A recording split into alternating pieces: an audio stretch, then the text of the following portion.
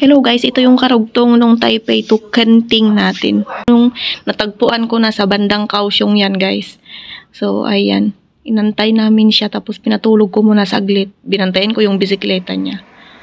Ayan, nag-stop over lang ako guys kasi nga inaantay ko pa siya na matapos. Malayo-layo din kasi yon. Ayan, ang dami kong stop over. Tapos, ayan, inom-inom muna tayo ng drinks, ganun. Kasi hindi ko din alam kung anong gagawin ko dyan. Nasa daan lang din ako. Kasi nga, hindi ko naman pwedeng, ayaw niya kasi na sinusundan ko lang siya na nagbabike kasi daw, mas mahirap daw yun.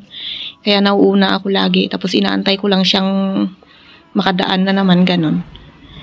Pero nung bandang huli na guys, natulog talaga ako sa daan kasi nga halos 30 hours siyang nagbike. So ang tagal-tagal ko din sa daan. Tulog lang din ako tapos magda-drive na naman ako ganun.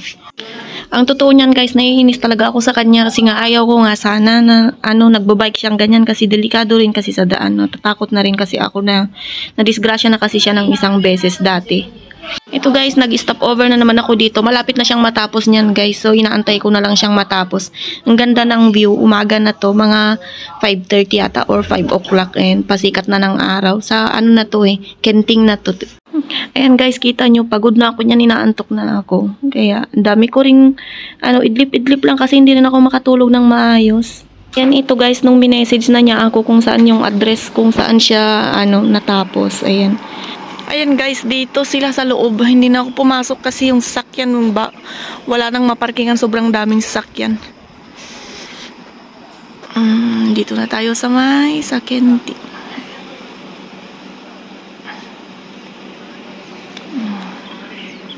Daming mga bike. Antayin ko na lang si Wilson dito lumabas. Ayan na siya guys. Hawan ma?啊？右手的车。干嘛？叫我们帮他盖。我给他来。我的车我要去拿啊。什么车？脚踏车。这个是他的脚踏车。那小朋友等下要放哪里？小朋友。Ayun guys, yung kasama niya. Yung kasama niya hindi na kinaya. Ipadala na daw sa amin. Ngayon, yung bisikleta ni Wilson ang naiwan doon, kinuha niya ulit.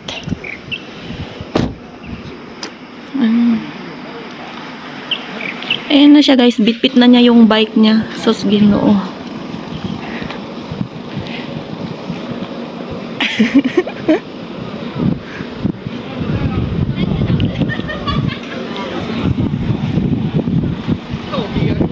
Ay, idlip muna tayo guys. Ang ganda ng view dito. Bababa sana ako kaso nga lang medyo pagod na talaga ako guys. So idlip muna tayo. Tulog-tulog. Kaya mamaya ulit tayo bibiyahe. Malayo-layo pa yung yung pupuntahan natin. Uuwian natin. Saglit lang. Pakita ko sa inyo si Wilson guys. Grabe, pagod na kakaawa na yung itsura niya. Ayan guys. Pagkasangpa kanina kumain lang siya tapos ayan tulog na siya. Ito na guys yung binahe natin.